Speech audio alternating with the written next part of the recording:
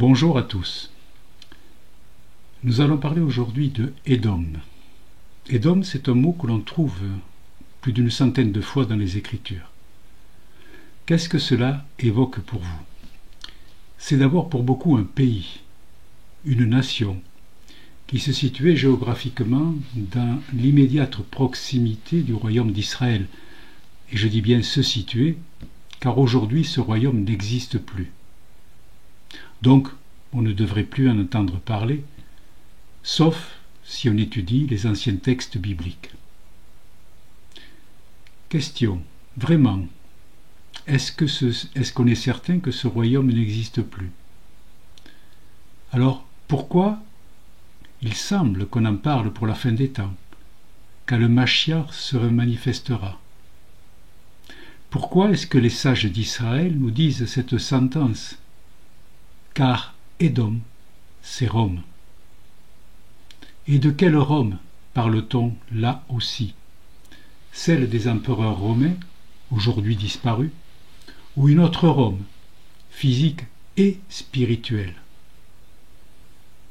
Et cet Édom, qu'a-t-il de si particulier pour que les Écritures en parlent souvent?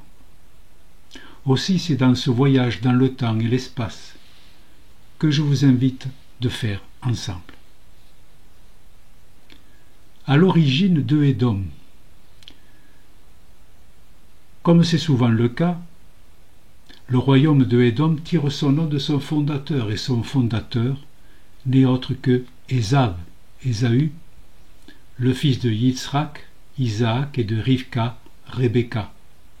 Comme il est dit en Genèse 25-30, et Ésav dit à Jacob, « Laisse-moi, je te prie, manger de ce roux-là, car je suis fatigué. » C'est pour cela qu'on a donné à Ésaü le nom de Édom. Des jumeaux, Ésaü et Jacob, mais déjà deux nations différentes, comme il est dit en Genèse 25-23, et l'Éternel lui dit, « Deux nations sont dans ton ventre, et deux peuples se sépareront au sortir de tes entrailles. Un de ces peuples sera plus fort que l'autre, et le plus grand sera assujetti au plus petit. » Et malgré leur parenté identique, ces deux peuples vont se haïr, d'une haine qui n'est ni commerciale, ni politique, ni économique, mais d'une haine qui se fonde sur la spiritualité. Ésaü haït Jacob. Mais l'Éternel va rétablir tout cela en déclarant, dans Malachie 1, verset 2-3, « Je vous ai aimé, dit l'Éternel, et vous dites, en quoi nous as-tu aimés? Ésaü n'est-il pas le frère de Jacob? Dit l'Éternel, cependant j'ai aimé Jacob, et j'ai eu de la haine pour Ésaü. J'ai fait de ces montagnes une solitude, j'ai livré son héritage au chacal du désert. » Alors que nous parlons de deux peuples frères, issus des mêmes parents, ce qui n'est pas le cas, par exemple, de Ismaël, comment est-ce possible qu'il y ait cet antagonisme entre les deux? En quoi Édom est différent de Jacob Israël? Pour comprendre cela, il convient d'examiner la personnalité de Ésav, de Ésaü, et de ses descendants, Amalek et Aman. Car la connaissance des caractéristiques de la personnalité de Ésaü, cela va nous aider à comprendre ce qui caractérise le royaume de Édom. La première mention de Édom associée à Ésaü est dans Genèse 25-30. Et Ésaü dit à Jacob, « Laisse-moi, je te prie, manger de ce roux-là, car je suis fatigué. » C'est pour cela qu'on a donné à Ésaü le nom d'Édom. Ce contexte, le contexte de ce verset est très connu. C'est celui de la vente, entre guillemets, par Ésav de son droit d'aînesse à Yaakov. Ésaü certes était roux, mais c'est à cause d'un plat de lentilles, qu'on appelle aussi roux, que son nom est devenu Édom, et Édom ça veut dire le rouge ou le roux. Faut-il chercher autre chose pour expliquer ce surnom? Comme il est dit, c'est pour cela. car il est dit que Ésaü rentre fatigué, comme le précise le verset. Et pourquoi donc est-il fatigué? Était-ce pour avoir travaillé les champs? Non, la tradition nous précise que Ésaü était fatigué de tuer. Le goût du sang rouge. Rachi nous précise qu'il avait tué ce jour-là rien de moins que Nimrod, le grand chasseur devant l'Éternel. Genèse 10, verset 8. Grand chasseur, mais chasseur d'âmes, les âmes des hommes qui l'amenaient à se rebeller contre Dieu. Et ce mot de rébellion est en fait la racine de son nom, Nimrod. La tradition nous rapporte que Ésaü voulait s'approprier les peaux d'animaux que possédait Nimrod, les peaux qui étaient celles dont l'Éternel avait revêtu Adam et Ève et qui avaient la particularité d'attirer les animaux. C'est donc par convoitise que Ésaü avait tué Nimrod. La tradition nous dit ensuite qu'en plus d'avoir tué Nimrod ce jour-là, Ésaü avait violé des femmes et avait pratiqué l'idolâtrie. 3 péchés impardonnables, l'idolâtrie, la débauche et le meurtre. Et je vous renvoie à ce sujet dans ce qui est dit en Acte 15 sur les commandements qui sont donnés aux gentils qui reviennent à Dieu. C'est dans Acte 15, verset 21. La tradition nous dit que Ésaü ne fut pas circoncis. Ça, c'est Rambam qui nous le dit. Il est roux, comme d'ailleurs l'était David. C'est un signe de quelqu'un qui versera le sang. Le tout est de savoir quelle option va choisir le rouquin en question. Être pour ou contre Dieu. Comme on le sait, lors de sa naissance, Jacob tenait dans sa main le talon de Ésaü. Ce qui est une image qui montre que Ésaü, comme le serpent qui a tenté Ève, va agir avec malice et que ses voies sont tortueuses. Et Rachi fait déjà un commentaire en parlant du talon de Ésaü et de le comparer au talon de la botte italienne et de la rivalité entre Israël, la lignée messianique de Yaakov, et Rome, la lignée matérielle de Ésaü. Quant au plat de lentilles, qui est l'objet de la transaction entre Ésaü et Jacob, la tradition nous dit que c'était là le plat traditionnel pour un repas de deuil. Et ce deuil était lié à la mort de Abraham ce jour-là. Abraham n'était plus là, et Ésaü pouvait afficher sa véritable nature, qu'il avait mise de côté tant que son grand-père Abraham était vivant. Les paroles sont en réalité « Laisse-moi avaler de ce rouge, de ce mets rouge », montrant sa voracité et sa gloutonnerie. Le Midrash Toldot rapporte que Ésaü, dans sa discussion avec Jacob, avait nié l'immortalité de l'âme, la résurrection des morts et finalement l'existence de Dieu. D'où la demande de Yaakov de lui vendre son droit d'aînesse, ce droit qui est rattaché aux bénédictions spirituelles de la lignée messianique. Ésaü a renoncé aux promesses messianiques du monde à venir pour un plaisir physique immédiat dans le monde actuel. Cet attrait pour la matérialité et le sang sera une caractéristique de Ésaü et de sa descendance. Et ce goût pour la matérialité et le sang sera aussi la caractéristique de Édom, à l'image de son fondateur. Il y a une autre caractéristique de Ésaü qui nous est transmise par les Écritures. Car reniant les commandements de Dieu, dont les patriarches avaient eu connaissance avant le Sinaï, comme on peut le voir en Genèse 26, 5, comme il est dit, Abraham a obéi à ma voix et il a observé mes ordres, mes commandements, mes statuts et mes lois. Donc, en violation des commandements que l'Éternel a donnés, Ésaü va épouser des filles cananéennes, comme il est dit en Genèse 26, 34.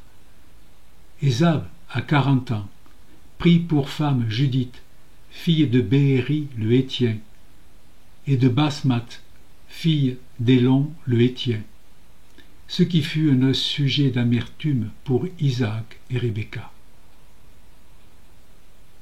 Ces mariages sont un signe important, car ceci veut nous dire qu'en fait Ésav s'est tourné vers l'idolâtrie. Au sujet des mariages de Ésav, il n'en reste pas là, car en Genèse 28, versets 8 et 9, il est dit « Ésaü comprit que les filles de Canaan déplaisaient à Isaac son père, et Ésaü s'en alla vers Ishmaël. Il prit pour femme, outre les femmes qu'il avait, Mahalat, fille d'Ishmaël, fils d'Abraham et sœur de Nebajot. » Un mariage entre Ésav et Ishmaël, qui est le signe d'une alliance entre Édom, Rome, et Ishmaël, l'islam. Dernière caractéristique, il est devenu l'ennemi de Yaakov, Israël, qu'il a cherché à tuer, comme il est dit en Genèse 27, 41. Ésaü conçut de la haine contre Jacob. Et Ésaü disait en son cœur, « Les jours de deuil de mon père vont approcher et je tuerai Jacob, mon frère. » Donc en résumé, Ésaü a refusé l'héritage de la lignée messianique, le droit d'aînesse. Il a rejeté la foi des patriarches. C'est l'idolâtrie avec les femmes idolâtres. Et de fait, lui aussi, il est tombé dans l'idolâtrie. Il est attaché au matériel du monde actuel. Il use de la violence pour arriver à ses fins. Il aime répandre le sang. Il aura des liens avec Ishmaël et il va s'opposer à la vocation messianique de Israël. Certes, on peut toujours argumenter que d'autres empires dans l'histoire de l'humanité ont certaines de ces caractéristiques. Et donc pourquoi on parle de Rome? À cela on peut répondre deux choses. Édom et Jacob, Israël, sont liés par une même origine, une même histoire commune, issus d'un même couple, descendants de Abraham, père d'une multitude, et non de Avram, père élevé comme l'est Ismaël. Et ils se partagent, et ils partagent le même livre, même si la lecture des uns et des autres est un peu différente. Les autres empires ont disparu, mais celui de Rome, et on va le voir, perdure toujours. Il n'a rien perdu de ce qui fait sa spécificité, bien au contraire. Et pourquoi? Et ceci explique pourquoi on parle encore de Édom dans les temps de la fin. Maintenant, il convient aussi de parler d'un descendant de Ésaü qui va jouer un grand rôle dans l'histoire d'Israël, mais aussi dans les temps à venir. Il s'agit de Amalek. Amalek est le petit-fils de Ésav. Il est le fils de Éliphaz et de sa concubine Timna. La première manifestation de Amalek, c'est dans la paracha Béchalach, Exode 17:8. C'est en réponse à une révolte, une de plus, des Hébreux dans le désert, après l'affaire du rocher qui doit donner de l'eau, au cours de laquelle les Hébreux avaient éprouvé l'Éternel en disant « L'Éternel est-il au milieu de nous ou n'y est-il pas ?» Amalek semble surgir de nulle part pour attaquer Israël quand celui-ci doute. Afin de combattre Amalek, Moshe désigne Josué de la tribu d'Éphraïm. Une tradition ancienne que rapporte Rachi, c'est dans Babaratra 123b, dit en effet que les descendants de Ésaü ne seront livrés qu'aux mains des descendants de Yosef, à savoir Josué, Yehoshua de Éphraïm, et Shaoul, Saül, qui vaincra Édom. Saül, c'est de la tribu de Binyamin, de Benjamin, comme Mardoché, qui viendra à bout de Haman, descendant de Amalek et donc de Ésav. Comme il est dit en Abdias 1,18, une prophétie, la maison de Jacob sera un feu et la maison de Joseph une flamme, mais la maison d'Ésaü sera du chaume, qu'elles allumeront et consumeront, et il ne restera rien de la maison d'Ésaü, car l'Éternel a parlé. On connaît cet épisode de cette bataille qui dura toute une journée. Josué, à la tête de l'armée d'Israël, est sur une colline Moshe, Aaron et Hour. Moshe le prophète, Aaron le Kohen Gadol, et Hour de la tribu de Juda, celle de la lignée messianique du roi David. Tout cela est un symbole, car qui est à la fois prophète, prêtre et roi, c'est le Mashiach. Ceci annonce à l'avance que la véritable victoire sur Amalek viendra du Mashiach. L'Éternel va faire cette promesse à Moshe: j'effacerai le souvenir de Amalek de dessous les cieux. Mais ceci semble contredire un commandement qui va venir plus tard, en Deutéronome 25, dans la paracha Kitetse, où il est dit: souviens-toi de ce que te fit Amalek pendant la route, lors de votre sortie d'Égypte, comme il te rencontra dans le chemin, et sans aucune crainte de Dieu tomba sur toi par derrière, tous ceux qui se traînaient les derniers, pendant que tu étais là et épuisé toi-même. Lorsque l'Éternel ton Dieu, après t'avoir délivré de tous tes ennemis qui t'entourent, t'accordera du repos dans le pays que l'Éternel ton Dieu te donne en héritage et en propriété, tu effaceras la mémoire d'Amalek de dessous les cieux, ne l'oublie point. L'ordre d'effacer la mémoire d'Amalek est donné en mission à Israël.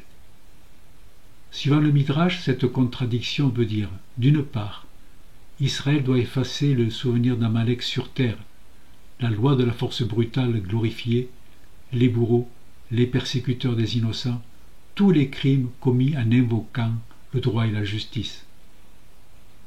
D'autre part, l'Éternel, lui, effacera les dernières traces des représentants d'Amalek sur terre. Amalek est le symbole de l'antisémite. Lorsque l'Éternel dit « Souviens-toi de ce que t'a fait Amalek », c'est la lutte contre le Yetzer Hara, le penchant au mal, symbolisé par Amalek. Israël se doit de devenir une nation pure pour vaincre Amalek. Ceux qui se traînent, c'est-à-dire ceux qui ne suivent pas les ordonnances de la Torah, seront les victimes de Amalek l'antisémite. Comme le dit Rashi, l'antisémitisme est la courroie de châtiment pour Israël, prête à chaque moment à sévir. Il y a un descendant de Amalek, et donc d'Ésaü, qu'il faut connaître aussi, c'est Aman, l'Agagite. Agagite nous renvoie à 1 Samuel 15,7, quand Saül bâtit Amalek et qu'il prit vivant le roi d'Amalek Agag. Mais contrairement aux ordres de l'Éternel, Saül ne le mit pas à mort tout de suite. C'est le prophète Samuel qui s'en chargera. Aman est un personnage clé dans le livre de Esther. C'est lui qui, par des manigances, réussit à convaincre le roi Assuréus d'éliminer le peuple juif qui vivait dans le royaume perse. C'est une annonce de la Shoah qui viendra plus tard.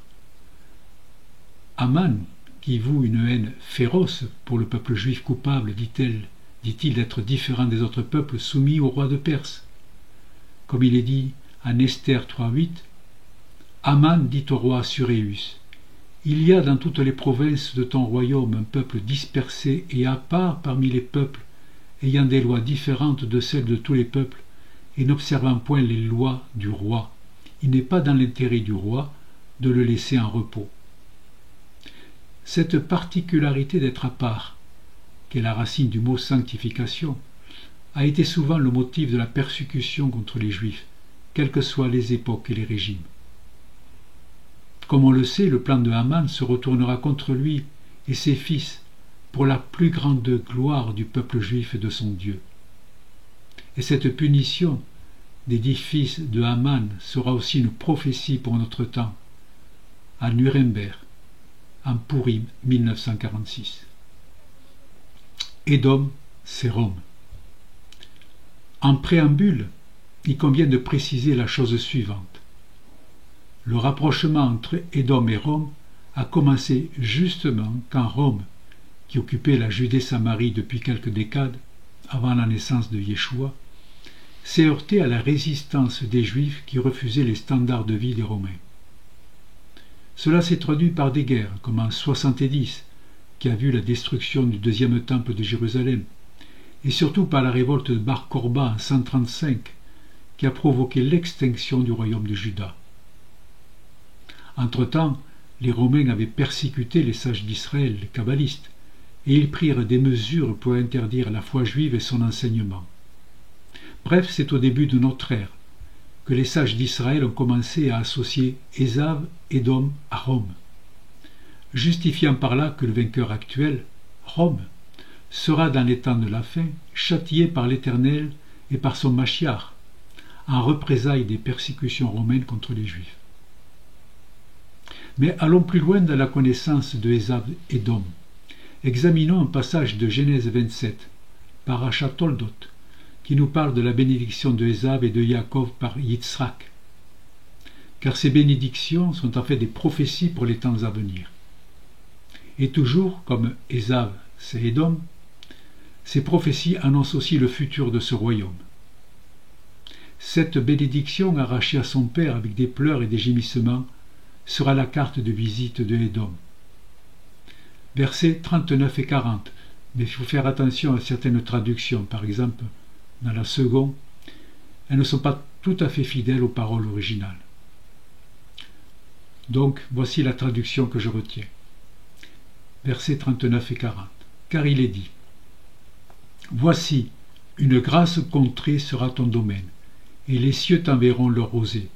Tu vivras de ton épée et tu serviras ton frère. Pourtant, après avoir plié sous le joug, tu t'en affranchiras. Une grasse contrée.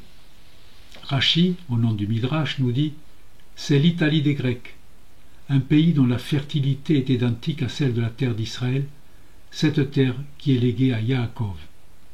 On parle là de Genèse 28.4. Ce qu'ajoute le Zohar, par la voix de Shimon Bar Yochai, c'est qu'on a ici la bénédiction de la terre avant celle de la rosée des cieux. C'est l'ordre inverse de celui de son frère Yaakov, et cela montre l'attachement de Ésav et d'Édom pour les choses matérielles, pour la matérialité. Quant à l'épée, donc la guerre, la violence, elles seront un signe distinctif comme on le verra par la suite de l'histoire. L'Empire romain a été un empire qui a établi sur l'usage de la force sa domination sur les peuples autour de lui. Quant à servir son frère, donc Ésav et Édom servant Yaakov, le Zohar nous dit que cela ne s'est pas encore réalisé, ce sera dans les temps de la fin, donc bientôt. Le Midrash Agadol nous dit au sujet de l'épée la chose suivante en parlant à Ésav et Édom. Tant que tu ne feras pas de mal à Yaakov, tu vivras.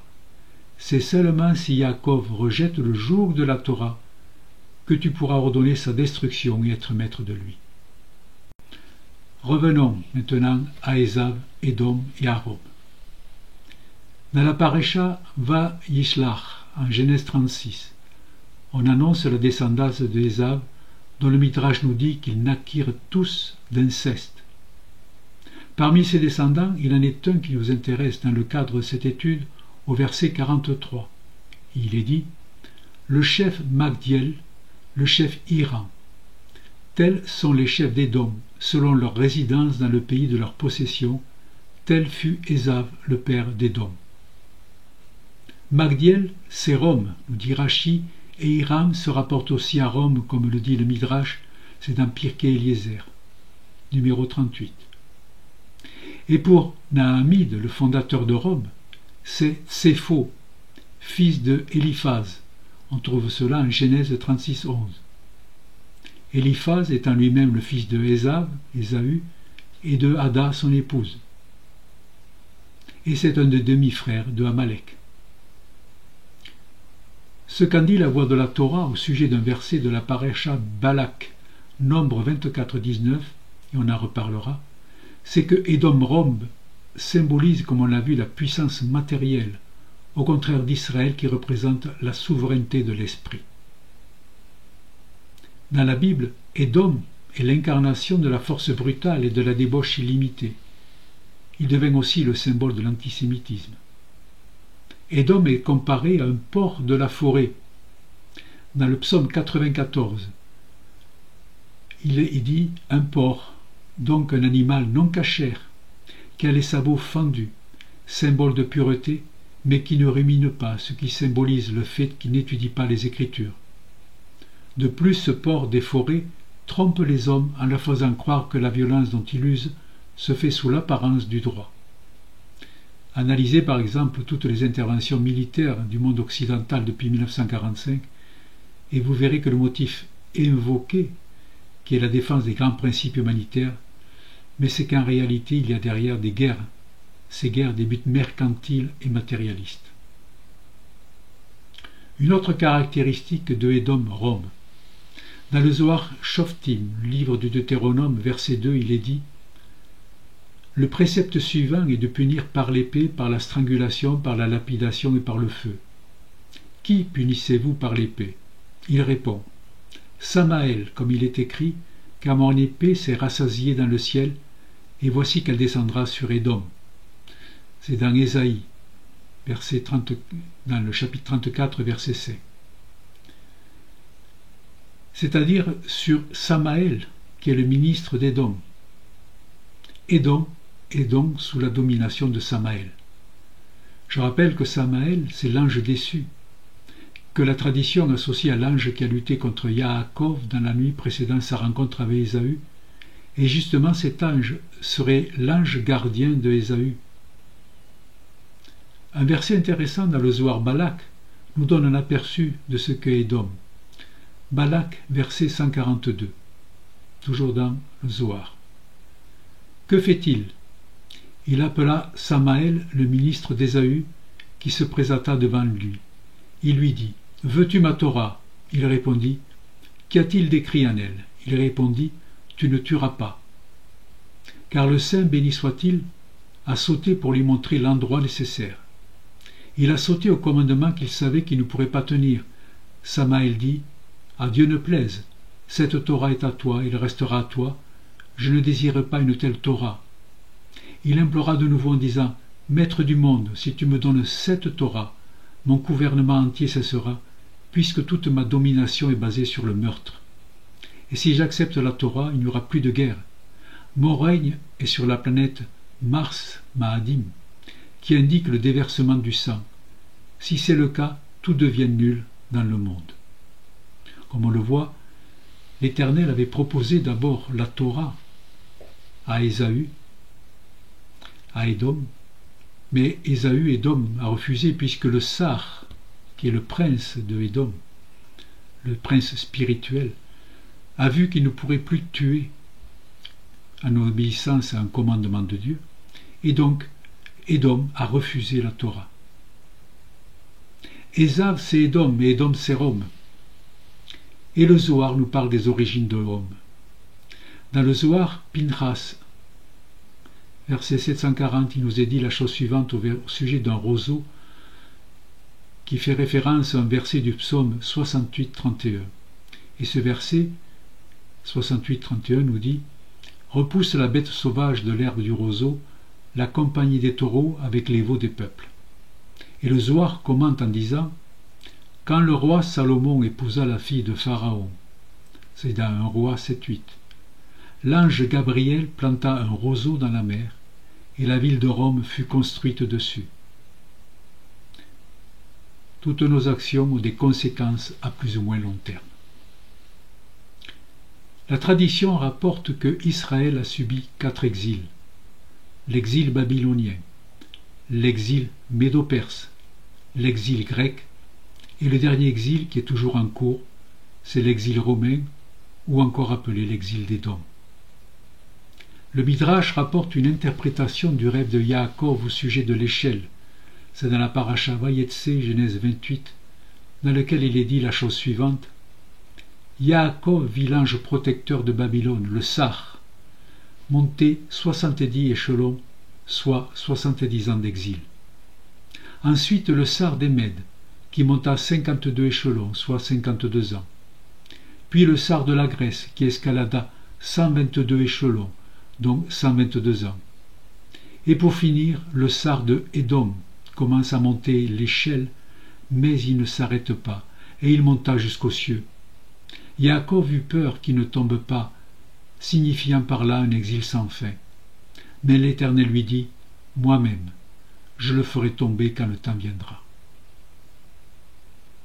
Dans le Zohar Shemot, verset 75, il est dit au sujet de cet exil de Édom, « Un nouveau roi se leva sur l'Égypte. » Dans le livre du Rav Hamouna, Saba, il est écrit, « Que signifie un nouveau roi se leva sur l'Égypte? Venez et voyez. Toutes les nations du monde et tous les rois du monde ne sont pas devenus sûrs de leur domination, sauf à cause de Israël. L'Égypte n'a pas régné sur le monde entier jusqu'à ce que Israël vienne et y entre en exil. Ils ont alors dominé toutes les nations du monde. Babylone n'a pas acquis le pouvoir sur toutes les nations du monde seulement pour que Israël soit exilé par elle.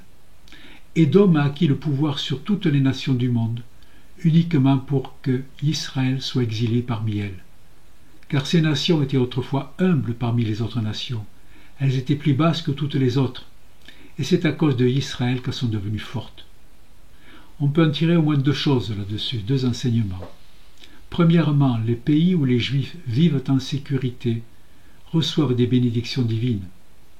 Et quand les Juifs sont chassés ou persécutés, ces pays régressent. L'exil des Juifs dans Rome a permis à celui-ci de devenir le maître du monde, juste pour un temps. Il a permis aux exilés d'Israël, donc incluant aussi les 10 tribus d'Éphraïm, de profiter de cela pour répandre la parole, la bonne nouvelle dans le monde entier. N'est-il pas dit que Éphraïm sera l'ancêtre de nombreuses nations en Genèse 48, 19 ? Ou encore que Éphraïm et Ménaché, tel un taureau, encorneront les peuples jusqu'aux extrémités de la terre en Deutéronome 33, 17. Mais tout cela a une fin. On va parler de la chute de Édom-Rome. Dans les prophètes, Édom aussi est évoqué. Et les prophètes nous parlent de la destruction de l'Édom historique.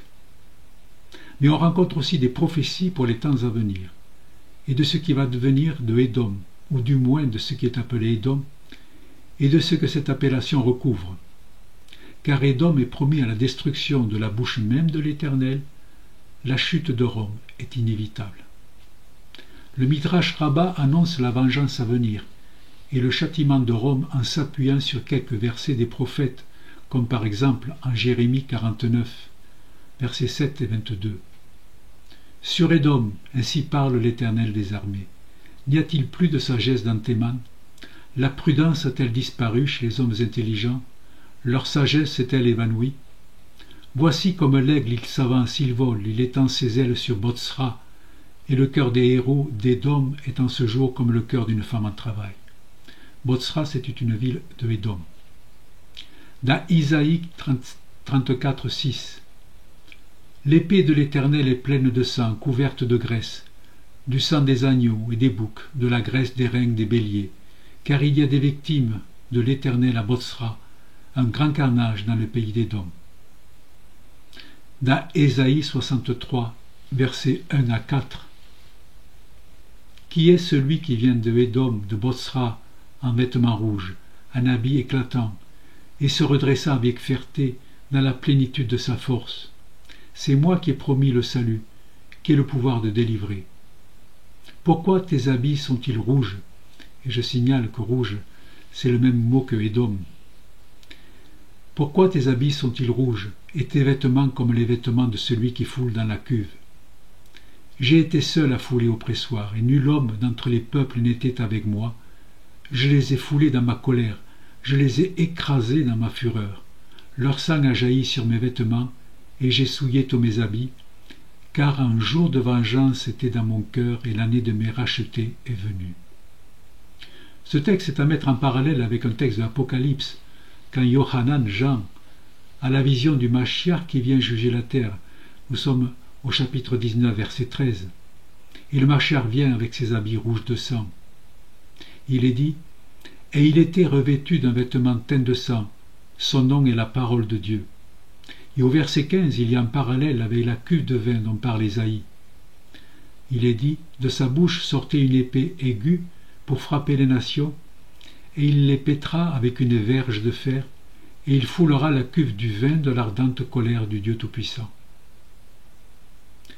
Les prophètes du Tanakh, donc de l'Ancien Testament, nous ont laissé des informations sur les temps de la fin et sur ce qui arrivera à Édom. Par exemple, dans Ésaïe chapitre 11, on a tout le scénario complet.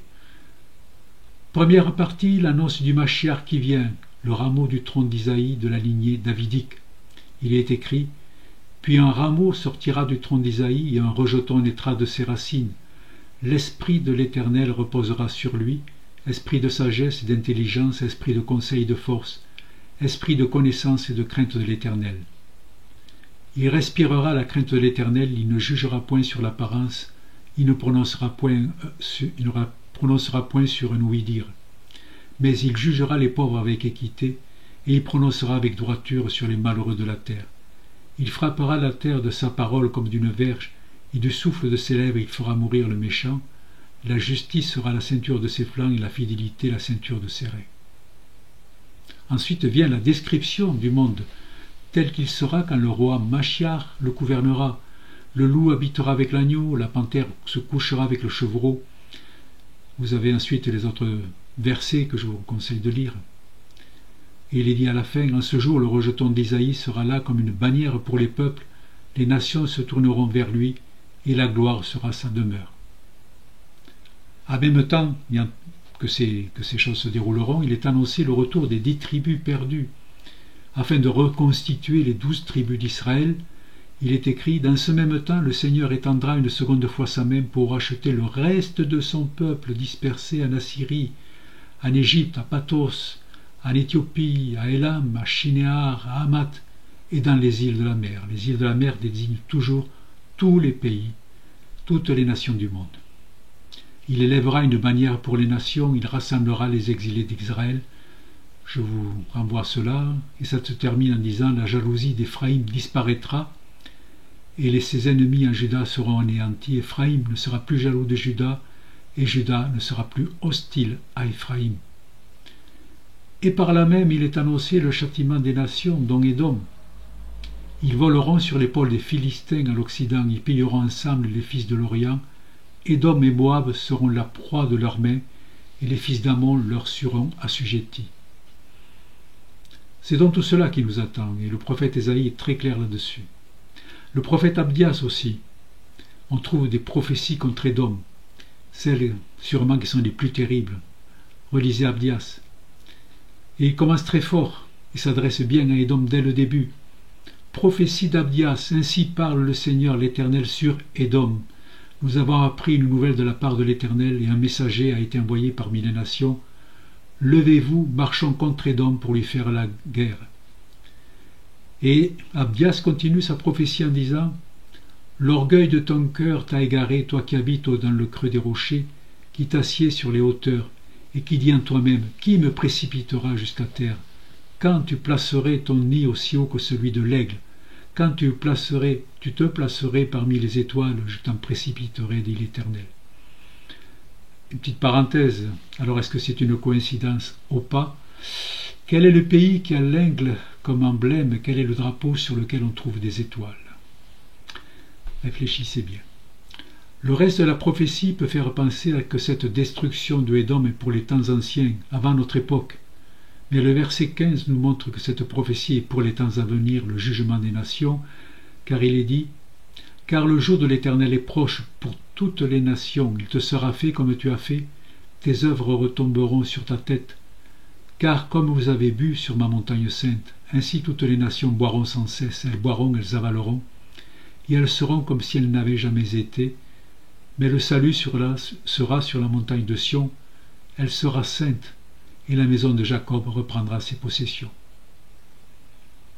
Et c'est là l'annonce de la destruction de Édom, Rome, par les descendants des 12 tribus d'Israël, comme il est dit, on a déjà vu ce verset, la maison de Jacob sera un feu et la maison de Joseph une flamme, mais la maison d'Ésaü sera du chaume, qu'elles allumeront et consumeront, et il ne restera rien de la maison d'Ésaü, car l'Éternel a parlé.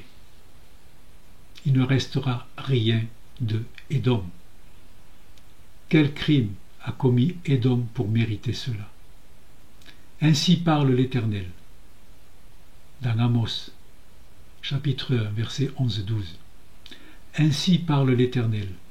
À cause de 3 crimes d'Édom, même de 4, je ne révoque pas mon arrêt, parce qu'il a poursuivi ses frères avec l'épée, en étouffant sa compassion, parce que sa colère déchire toujours et qu'il garde éternellement sa fureur. J'enverrai le feu dans Théman, et il dévorera les palais de Botsra. Ou encore dans Ézéchiel, chapitre 25, versets 12 et 14. « Ainsi parle le Seigneur l'Éternel. Parce que Édom s'est livré à la vengeance envers la maison de Juda, parce qu'il s'est rendu coupable et s'est vengé d'elle. Ainsi parle le Seigneur l'Éternel. J'étends ma main sur Édom, j'en extermine les hommes et les bêtes. J'en fais un désert de Théman à Dedan. Ils tomberont par l'épée, j'exercerai ma vengeance sur Édom par la main de mon peuple Israël.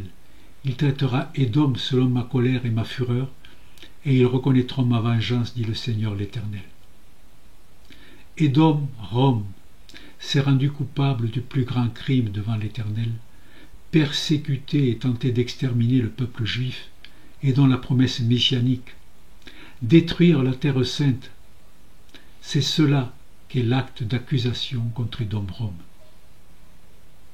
Résumé de la situation, on va faire une synthèse maintenant.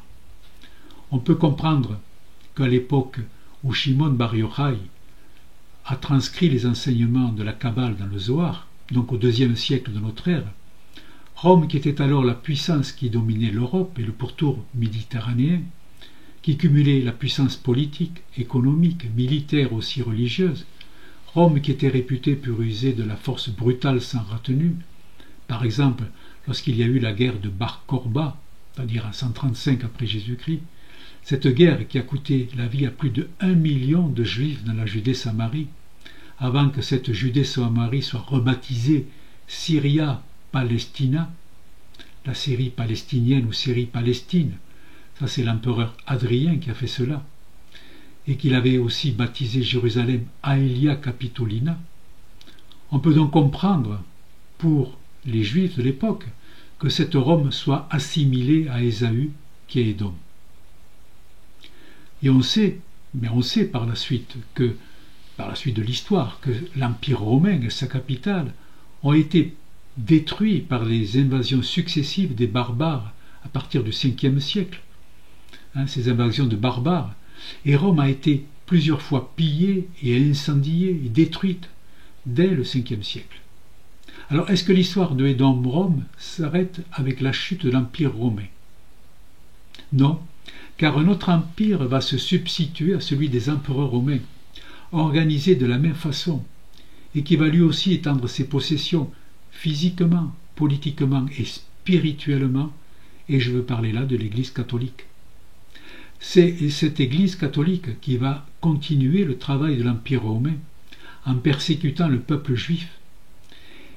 Il va essayer aussi de supplanter l'Église de Constantinople qui tenait au moins jusqu'à l'arrivée de l'islam la Terre Sainte. Cette Église catholique qui va ressusciter, si je peux employer cette expression, la mythologie gréco-romaine pour constituer une théologie hybride entre judaïsme et paganisme. Cette Église catholique qui va chercher à augmenter chaque jour sa puissance politique et financière pour dominer les royaumes qui se constituaient en Europe. Puis on a vu que le temps de sa domination, au moins physique et politique, va aller en diminuant. Et c'est là qu'on voit arriver une autre domination, celle de l'Europe, des pays européens, qui à partir du XVe siècle vont se lancer à la conquête du monde. Si on prend une carte et qu'on regarde les pays, ce qu'on a appelé les colonies, les pays tels que l'Espagne, le Portugal, la France, l'Angleterre et la Hollande, pour ne parler que des principaux, on constate que cette Europe a conquis quasiment le monde entier, souvent par la force, pour imposer ou essayer d'imposer son système politique, commercial, économique et aussi religieux. Cela me rappelle d'ailleurs cette prophétie de Zacharie 2 qui nous parle de ces nations qui ont pillé Israël et qui seront elles-mêmes pillées par ceux-là même qui étaient leurs esclaves. Est-ce que ce n'est pas un avertissement pour nous? Car il est dit « Car ainsi parle l'Éternel des armées. Après cela viendra la gloire. Il m'a envoyé vers les nations qui vous ont dépouillés, car celui qui vous touche, touche la prunelle de son œil. » Là, l'Éternel s'adresse à ceux qui ont touché le peuple juif, Israël. Et l'Éternel continue en disant « Voici, je lève ma main contre elles, elles seront la proie de ceux qui leur étaient asservis, et vous saurez que l'Éternel des armées m'a envoyé. » Et puis actuellement, il y a l'Europe. la communauté européenne comme on l'appelle, qui officiellement, pour l'histoire dite officielle, est issue du traité de Rome, qui a été signé en 1957. Rome, la ville éternelle, mais toujours Édom. L'Europe qui porte en fait le nom d'une divinité, une fille du roi de Tyr, Agénor. Le roi de Tyr. Cela nous ramène aux paroles de Ézéchiel sur Tyr, en particulier au chapitre 28, quand il évoque la figure d'un roi de Tyr, qui est en fait un ange déchu qui sera jeté de la montagne de Dieu sur la terre.